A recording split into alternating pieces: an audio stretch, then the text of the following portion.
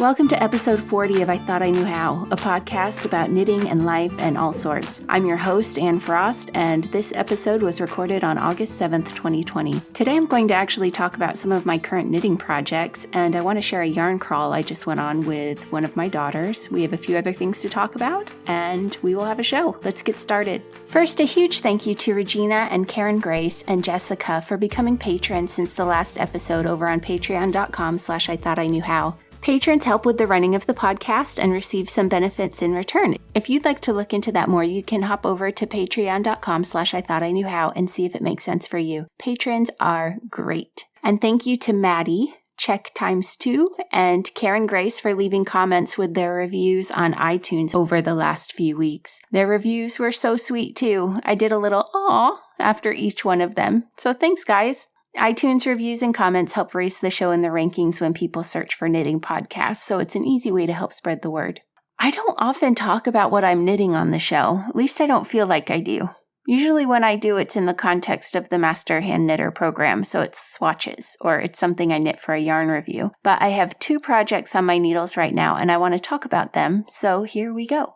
The first is the Lark Salvina, which is the knit along we're doing with Morehouse Farm. I've already knit it once in the willow colorway, which was a soft green solid color. It was a good, enjoyable knit that works well for a first lace project. You start with 3 stitches and it quickly grows downward and outward. So where you cast on is the center of the long top side of the triangular shawl. You only really have to pay attention for 1 row of the main body, where you do some lace knitting, and the rest is autopilot type knitting. I like some autopilot knitting every now and then, but that's not why I wanted to talk about it. I want to talk about it because I love the colorway that I am using right now for the second shawl as we actually do the knit along together.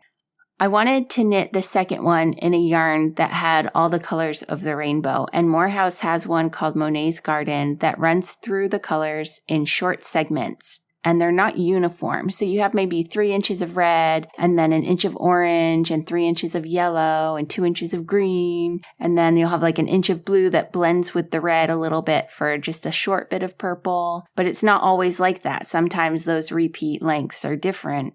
So it's not long runs of color. It's just short bits. And this actually made me a little nervous casting on because I wasn't sure how it was going to work out with the color pooling with all those short color repeats, but the colors have actually been pooling magically. It's really kind of odd how the color pooling is working out with this shawl. So the shawl is a giant triangle, but it's really made up of 2 triangles that mirror one another. And one half of the shawl has very dominant stacks of colors with the blues, greens, and purples all stacking over one another, and the reds, yellows, and oranges stacking over one another. There is some overlap, but it's very noticeably grouped that way. But on the other triangle that makes up the shawl, the colors are much more staggered. You don't get the noticeable columns of color. It's so fascinating that the 2 sides of the shawl are having completely different color pooling. And yeah, I don't knit a lot with variegated yarns because color pooling does make me so nervous, but I'm loving how this is working out, and the rainbowy knit up of this colorway is just beautiful. So anyway, yeah, variegated yarns are trippy and wonderful, and I love this yarn. Maybe that wasn't talking about my knitting so much as the yarn. The second thing on my needles is a knitting thing, though. I finally put my machine knit sweater on some needles and have started knitting the yoke. So if you're new here, here's a brief recap. Last year, while I was at Shetland Wool Week, I met a lady at the MRI Maakers event who knits wristlets for sale on their website. A few days later, I ran into her again at the Makers Market with her sister. Now, I had talked to her at the Makers event about how she used to machine knit the bottoms of yoke sweaters and her mom would knit the yokes by hand. So I went ahead and asked her if she could be persuaded to knit me a cardigan bottom so I could knit the yoke. And she was not interested at all. I think when it's something you grow up having to do, you really lose interest when you become an adult and can do what you want to do. Her machine is in the attic, and she'd much rather knit by hand and do projects she wants to do, and I can totally respect that. But her sister was willing. And she measured me right there in the market, and we made arrangements for her to get the yarn and get the finished cardigan bottom to me. And I'm not going to tell you who it was because she told me I wasn't allowed to, because this is something she usually only does for family members. So thank you. If you're listening, you know who you are. A few months ago, when we did our knit along to finish up old projects, I started working on this cardigan. I got the ribbing grafted to the bottom and the cuffs grafted to the sleeves. I totally botched the cuff attachment, but they are on, and I think most people won't notice what I messed up, so I am going with it. And then I stopped working on the sweater. It went back in the unfinished objects pile because I have never knit a yoke sweater before. I had a class at Shetland Wool Week to learn the general technique, but I didn't know how easily I could just apply that knowledge to an entire sweater. In the class, we knit a little bag, and this is a full sweater yoke. So I did some digging the other day through a bunch of pattern books and magazines, and I found a pattern for a yoke sweater knit from the bottom up, not a cardigan, a sweater. And she included a page full of information about knitting yoke sweaters generally. So this made me feel brave. So finally, I got it all onto a very long circular needle. The yoke runs just above where the sleeves are joined to the body. So it goes from the opening of the cardigan across the front, across the upper arm, the back, the other upper arm, and across the other side of the front. And then I went ahead and knit around simply because I was scared to start actually knitting the yoke. Then I put it down and I did a lot of math. Because the pattern I'm using is a sweater, I have to plan to shift the motifs over. So traditional yoke sweaters have a square-shaped motif and a pine tree-shaped motif that travels around the yoke, and you always center the square-shaped motif at the center front. But because I'm doing this as a cardigan, the square motif needs to flank either side of the opening. So while the pattern is going to be a great help as far as where to place the decreases and the motif patterns, I have to change the order, the number, and the placement of the motifs, which is not really a big deal. I just had to figure out the stitch counts. But of course, this pre-knit cardigan body isn't going to match a sweater pattern from some random book. Luckily, this seems to be a minor inconvenience. So I'm starting with 334 stitches on my needles, that's a lot of stitches. I designed my own little zigzag pattern to run along the bottom and top of the yoke. I needed a multiple of 5 for that zigzag to work. So as I knit the first round of the yoke, I had to decrease by 4 stitches to end up with 330, which was not a big deal. I just decreased 1 stitch at the start and end of the stitches for the upper arms. I was able to knit my second round of the pattern, and now I have to stop because I want the background of the yoke area to be Jamieson and Smith's color 1A, which is just a very slightly off-white. And I have 2 partial balls of 1A that are not the same dye lot, and they are noticeably not the same dye lot. So I can't proceed and hope people wouldn't notice in the finished work. So I had to make an order, and I'm waiting, but I have a plan on how to proceed. In the written pattern I found, which by the way is the Scalloway yoke from the book The Art of Fair Isle Knitting by Feitelson. I hope I'm saying her last name right. She makes a note of a few places where you can decrease within the yoke to get the stitch count you need to get your motif's stitch count right. With the rotation of the motifs around, I'm going to have to decrease a further 25 stitches before I work them, which sounds like a lot, but I'm already at 330 stitches. I'm hoping that's going to be okay as a percentage. And we'll stretchy, right? I'm a little worried about decreasing 25 stitches before I start the motifs, to be honest. We'll see how it works. If it doesn't work, I'll figure something out.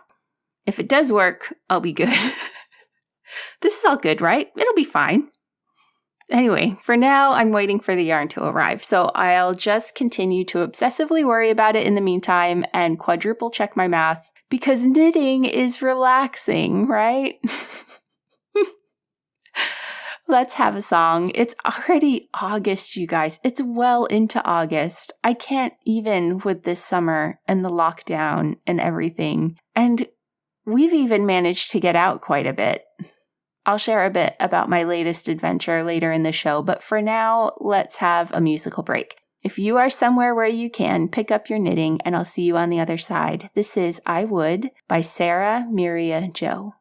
Who'd wanna know the truth, who'd ever really wanna know? I would.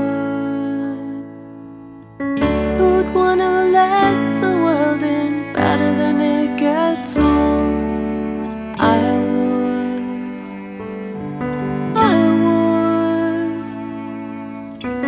Who'd wanna be with you to see how far we could go? Who'd wanna give everything to fly that high, fall that low? Who'd wanna take the chance to live the dream, to really know how it really feels? Well, I would. Who'd wanna know if you only wanted me for the things I do? Well, I would. Who'd wanna know if you could never really love me, or if you could? Well, I would.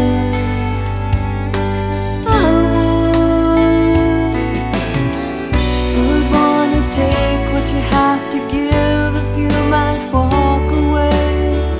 Who'd wanna fly that high or fall that low when you don't stay? Who'd wanna try that hard to see how it feels to feel that way, how it really feels? Well, I would, 'cause I wanna go as far as I can go. I wanna know what's in your sweet dreams. Who really knows you? Who really gets you? Who would be waiting on their knees? Who'd wanna be with you to see how far we could go? Who'd wanna give everything to fly that high, fall that low? Who'd wanna take the chance to live the dream, to really know how it really feels? Well, I would.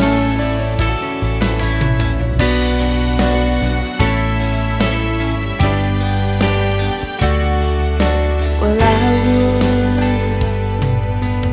I would.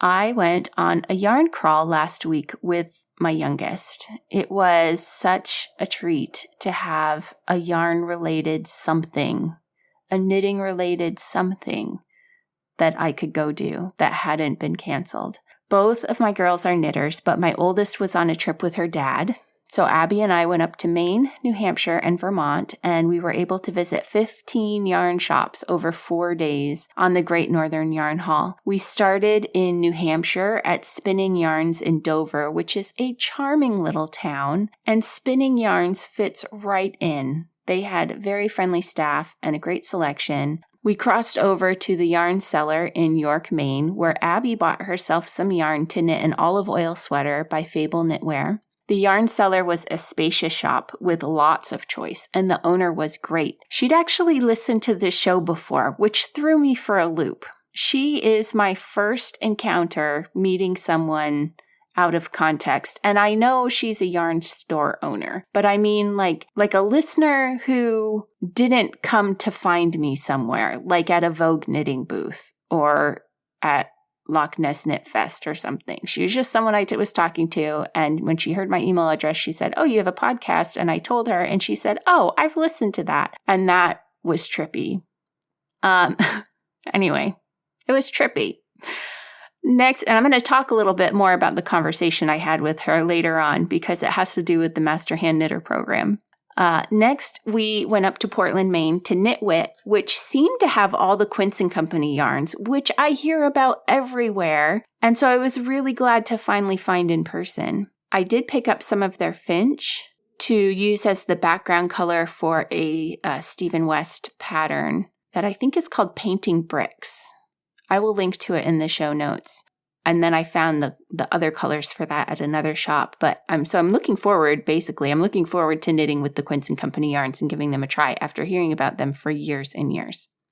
Anyway, I'm not going to talk you through every store. They each had their own character, their own feel, and their own blend of workhorse, hand-dyed, and locally produced yarns. In all honesty, with 15 shops and 4 days, they all started to run together a bit. So rather than talking you through each shop, I'm going to link you to the list of the shops from the Great Northern Yarn Haul in the show notes, and I'll tell you about a few of the things I saw in a few of the shops that really made me happy. Does that sound fair? I hope so, because that's what I'm going to do.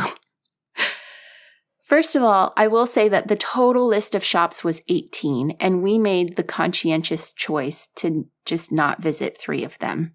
We probably technically could have, but it would have made the trip a rush and less enjoyable. So because of all the COVID stuff going on this year, they allowed people to order from the shops online, and it could count as a visit. So I ended up ordering from Cloverworks Farm, because listener Michelle had done the yarn crawl the week before us, and she said it was out of the way and hard to get to. We also skipped the Vermont Fiber Mill and Studio because when we would have been close to them on that day, they actually closed early, so they would have already been closed. And we ordered from scratch just because the way the other stores lined up, one of them was going to have to go, or we would not have had time to hit 2 of them, if that makes sense. So scratch was sacrificed.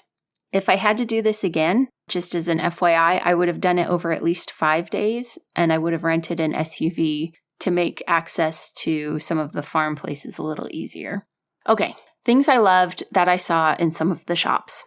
I think my favorite thing that I saw was in Yarn and Yoga. A lot of yarn shops end up getting donations of yarn, sometimes by the garbage bag full. Someone dies or someone cleans out their stash themselves and they want the yarn to go to a good home, so they bring it to a yarn store owner. Every yarn shop has a different way of dealing with this yarn. In Yarn and Yoga, they make it available at a suggested donation rate. And right now, that rate is escaping me, but I think it was like 25 or 50 cents per ounce. So it was really cheap. And they used the funds for the local food bank. I thought that was pure genius because one of the things on my shopping list, because I was very disciplined and took a shopping list, was random sock yarn to knit a beekeeper's quilt. If you've seen this before, it's a series of hexagons that you stuff with wool trimmings and sew together at the corners. It's scrappy and lovely and a perfect way to use all the wool that comes into your stash because you have a use for scraps and you have a use for all those little wool ends.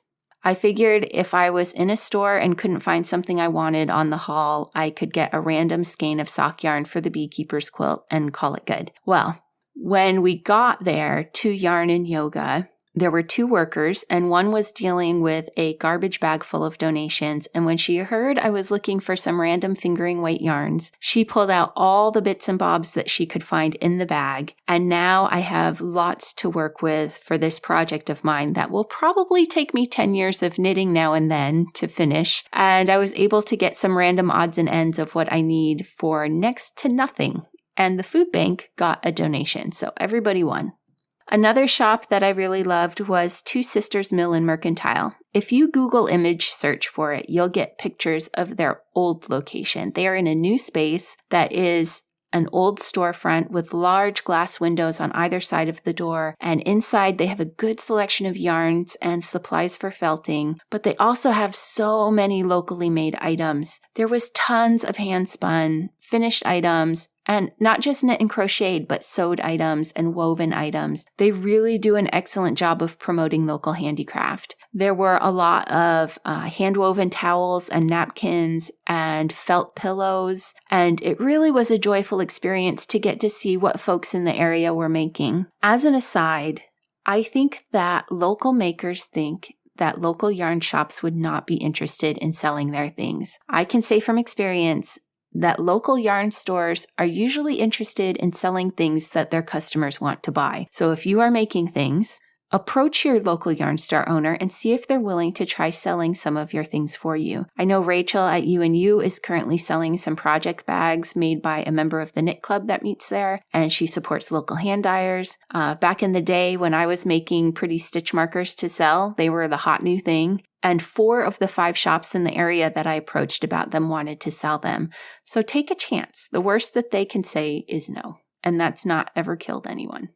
The shop that I would say was the least pretty of them all was the Northeast Fiber Art Center. I think that most people are used to yarn shops being very aesthetically pleasing. Lots of wooden furniture and shabby chic decor or antiques and natural lighting, or even just like straight up plain and simple IKEA shelving. So you have the very straight lines and everything's very pristine. Northeast Fiber Art Center felt like walking into a discount store, and I don't actually remember if it had linoleum tiles and fluorescent lighting, but in my mind it did. I do remember that all of the shelves were like wire racks, either with hooks for the yarn or cubbies, so it didn't feel like that pretty yarn store experience. All of that said, the Northeast Fiber Art Center had one of the best selections of any of the stores, very reasonable prices, an extensive selection in the back for felters and spinners,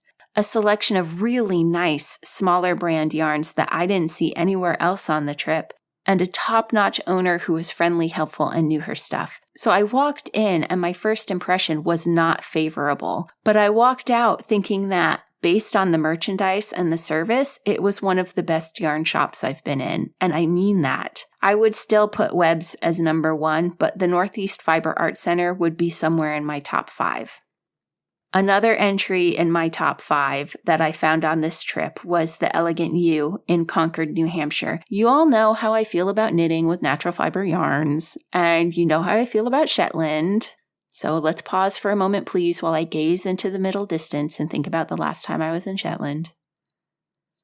So you will not be surprised to learn that when I walked into the Elegant U and saw that not only did they have a bunch of Harriet's hat kits made up for people to buy, but they also had an extensive amount of Jamieson and Smith jumper weight yarn and a bunch of Marie Wallin books and her British breed yarn, and the rest of the shop was made up almost entirely of natural fiber yarns, and she runs a knitting tour company, that I was in knitting heaven.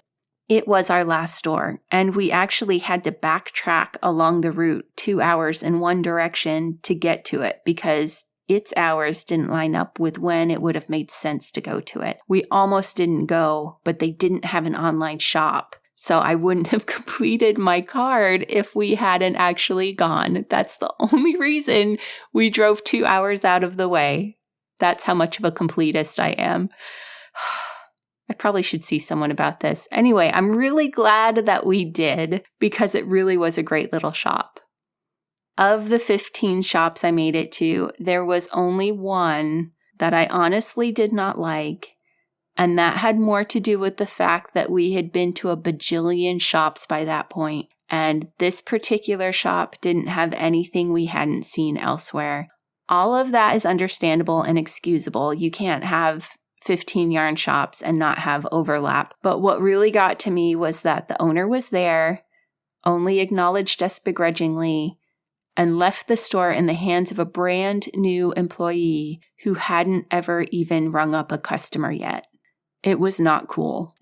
They will remain nameless for our purposes, but I share the experience to make it clear that I'm not praising these other shops I mentioned just for the sake of praise and being positive. There really were some clearly great shops on the list. There was one other shop that will also remain nameless for our purposes that I found out down the line while talking to another yarn shop owner that they are the newest one in the group of the stores. And when I heard that, it made sense because the selection was very limited, but the owner was very friendly, she knew her stuff, and I think the longer she's in business, the more she'll be able to grow her inventory and the shop will improve naturally. So one dud, one needs improvement, and 13 that I was really happy with a handful of clear favorites.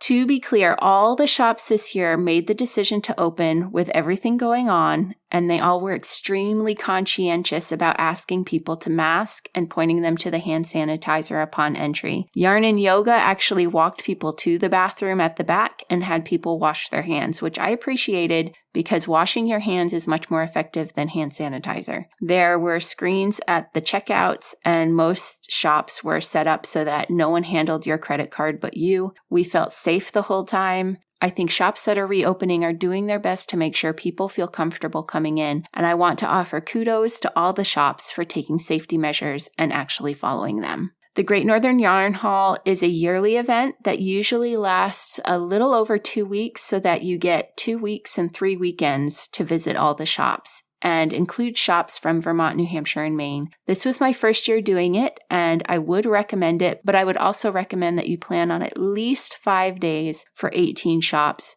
and alter that day count accordingly for whether there's more or fewer shops in the future.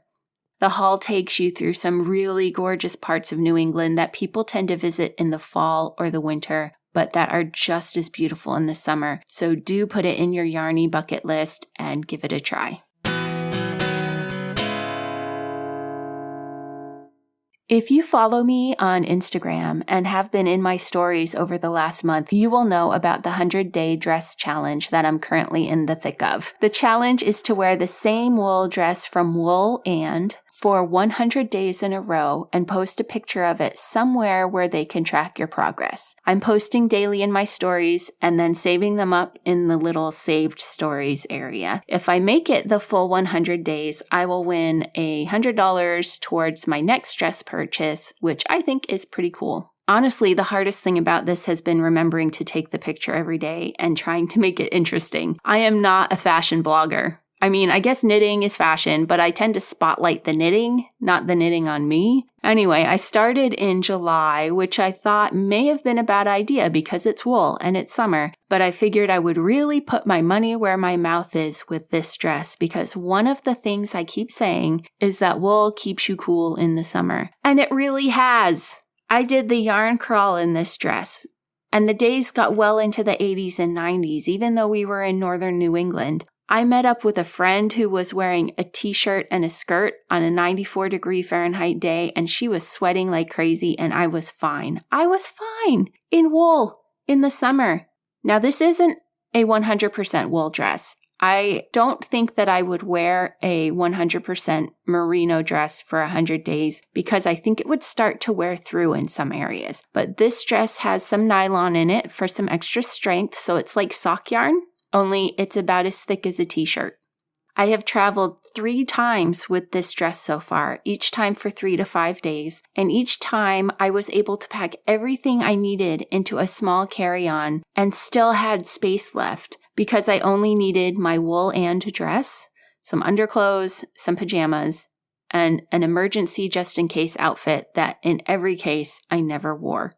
I hang the dress in my closet every night, and by morning, it has aired out completely. Early on, I realized that it would be best if I switched to an unscented deodorant because the smell of the deodorant started to build up, and that didn't air out. So I was having to wash the dress every 3 days, or the shower fresh deodorant smell would get too strong. But now that I am using a scentless deodorant, I have gone up to 5 days before washing it. And that's just because, frankly, I don't want to go longer than 5 days. I think I could if I wanted to, though, because the dress retains its shape. And as long as I don't spill on it and I hang it up at night, it's fresh by morning. When I do wash it, I get it washed in my bathroom sink. I just use a tiny little squirt of soak as the soap, and I let it soak for about 20 minutes. You could also use a little bit of shampoo, or you could use a little bit of dish soap. When I let the water run out, I squeeze it as best I can, and then I roll it up in a towel to squeeze out the excess. As long as I have it hung up by 10 p.m., it's ready to wear by the morning. The one day when I was a little late to get it washed, it was still slightly damp toward the bottom, but I just moved it closer to the air conditioner while I had my shower, and I got ready, and it was completely dry by the time I needed to put it on, because wool is awesome. My 100 days will be up in October. I am a completist, so I will be seeing the 100 days through, but I am already window shopping their site for my next dress. I am doing the challenge in the Rowena swing dress in the longer size, and I think I'll probably opt for one of the same in black. But I also like the Sophia and the Sierra, which are both sleeveless, and I never go sleeveless, but the cuts of those dresses I think would be great for wearing with a cardigan or a normal sweater, and we will be heading into winter by then, so layering will make more sense. Right before lockdown started, I bought 10 A-line stretch cotton dresses at a fast fashion retailer. They were cheap, but when you buy 10 of them, that is a lot. My plan was to have a different one every day. I like to wear dresses in summer rather than shorts. And I knew that I had to buy 10 because I was going to be washing these all the time after every wear. They were stretch cotton. They were not going to air out overnight. I would need enough to make a load, and they'd need time to get through the laundry process. After about 4 weeks, they were showing signs of fading and starting to look a little blah. And that's when I got my wool-and dress and started the challenge. 1 dress instead of 10. I don't have to wash it every time I wear it. When I do, I can do it in the bathroom sink, hang it in my closet, and it's ready to go. I'm kind of amazed by this dress and amazed by how much closet space I really don't need. Anyway, you may have guessed by now that I love this dress so much that I talked to Wool and about becoming an affiliate and have been approved. If you would like to try a 100-day dress challenge, or if you just want to take my word for it that the dresses are comfy and convenient and water use friendly and time friendly, look for my affiliate link in the show notes or at ithoughtIknewhow.familypodcasts.com, where you will find it at the Be a Booster link.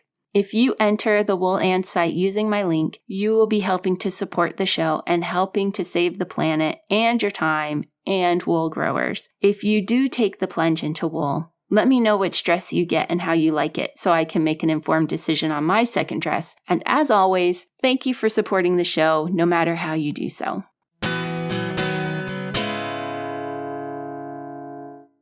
I don't have another big block of something to talk to you about in this segment, but I do have a lot of little things. So let's talk about these little things instead. First, I need to issue a correction about the possum episode. I did a lot of research on my own for that episode, and I inadvertently hit on a touchy issue when I mentioned that there was evidence that the possum in New Zealand were eating birds and/or bird eggs. Apparently, that is a hotly contested issue. From what I understand after further investigation, it seems like there was a photo circulated of a possum eating an egg, but there is a case to be made that the photo was staged. Why does this matter? The photo is used to argue that possum eat bird eggs and therefore they have to use the 1080 poison to get rid of them quickly. I've read more about possums and their predation of birds, and it really is a hotly contested issue that I do not have time to wade into the minutiae of. But suffice it to say, if it is happening, it's one more reason why the possums need to be removed from New Zealand, and doing our bit to create a market for their fiber will create the motivation for trappers to remove them from the ecosystem in the most ecologically ideal way. So look for possum fiber yarns and products to help with that cause. I'm kind of freaked out about submitting level 1 of the Master Knitter program now. I spoke to the woman who owns the Yarn Cellar in York, Maine about the program. She started it and ended up abandoning the program after she went to a conference run by the Knitters Guild and had a swatch critiqued so that she would know what to expect from the judging. And she said she was amazed by the level of perfection they were looking for, which is a little intimidating to hear, to be quite honest, especially since anytime I ask, the answer I get back from them is that they are not expecting machine knit perfection. They know you are hand knitting and some variation is normal. So, yeah. Now I'm looking at the swatches I've done, and every minor fault is a glaring red light. So I have made the decision that I am going to move on, doing my best work, and send it in, and just take the feedback I'm given. That's really all I can do anyway. Once I actually have had the judging experience and have the feedback, I will know one way or the other about what they are expecting. But I really wish that they would provide more insight into what they are looking for from the start. Even just some side-by-side swatches pointing out errors to avoid. I feel like that would save a lot of angst and time for all involved. But I digress. I have been carding a fleece. Not a whole fleece, a chunk of fleece. Is a chunk of fleece a proper unit for describing the amount of fleece that you have? a piece of fleece. Compressed down, it's about 2 gallons if you want to imagine how much fleece it is. It came to me from my friend Haulin, who ordered a whole Shetland fleece from Garth's Croft Bressy and sent me this part of it to play with. It is a lovely chocolatey Shetland fleece with bleached blonde tips, and it needed to be cleaned. I did a bit of investigating and settled on the cold water method, where you literally just submerge it in water in a container, put a lid on it, and let it sit for at least 24 hours. Mine ended up sitting for 4 days before I had time to deal with it. I poured the water off and it was grungy. That water was solid brown like a crayon. I thought for sure I was going to need to let it soak some more, because if the water was that dark, surely the fleece still had grossness in it. But when I poured some clean water through the fleece, it passed through completely clean. I was amazed. So I moved on. I used some window screens held across the arms of our patio chairs to spread out the fleece, and it dried completely in about 5 hours. I borrowed some carders from Erin, and I've been working through the fleece in batches. I have about 24 rolags made, but I still have more to go. I really have no idea what I'm doing now. I'm following the advice of YouTube with reassurance from people on Instagram that things look okay so far. I've gotten through about 1/3 of the fleece that I have, and the stacks of rolags are now bigger than the remaining fleece. So the carding really fluffs things up dramatically. So before I proceed, I need to dig out a storage container to put the rolags in as I work and keep them from rolling away from me in the wind, because I'm doing all of this outside and the wind likes to send them traveling. I'm hoping to be through it all in the next week, and then I'll set that fiber aside and I'll start experimenting with my hand spindle and another fiber first, because I want to save this fleece for when I've had a bit of experience, because I'd like it to be something I will be happy using when I'm done with it. So minimal lumps and bumps is the goal. Let's have a final song before we wrap up. This is Louis Yolin with World Goes Wild. It is something that is going to get us moving, so turn it up and spend the next 2.5 minutes moving your body. Here you go.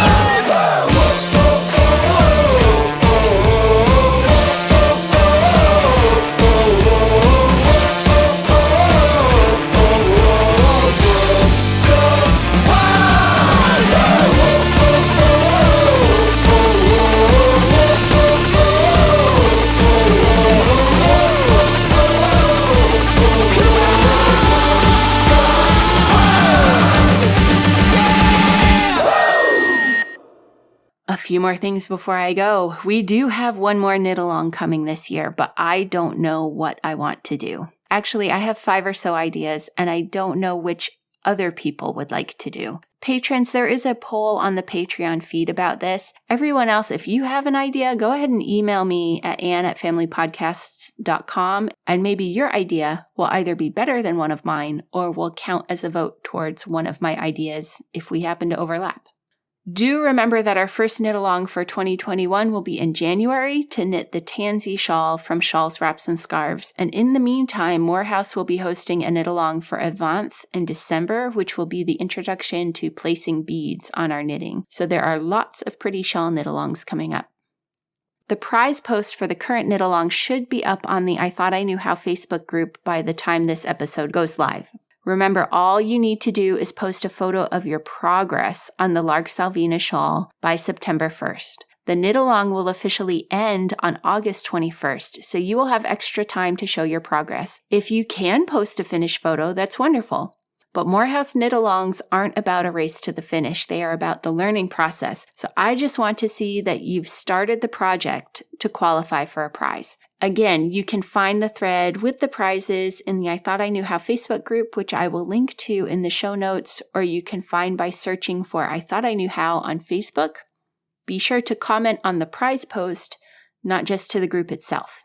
Because of the tropical storm that came up the east coast of the U.S. last week, I had to cancel the Listener Online Knit Together on August 4th. Our new date for that will be August 18th. Please mark your calendars. Patrons, your online knit time will be on August 11th and 25th. I am looking forward to seeing everyone and getting caught up.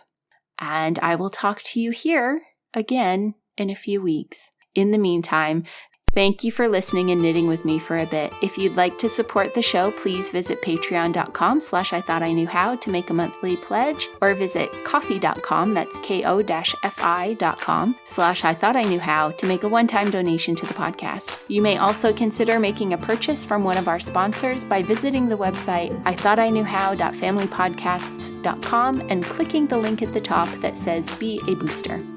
While you are on the site, you can also find the show notes for each episode. Find me on my social media accounts as I Thought I Knew How, except on Twitter, where it's just Thought I Knew How. The groups on Ravelry and Facebook are both called I Thought I Knew How Podcast. Until next time, may you be blessed with stitches that never drop, yarn without joins, and plenty of time to knit.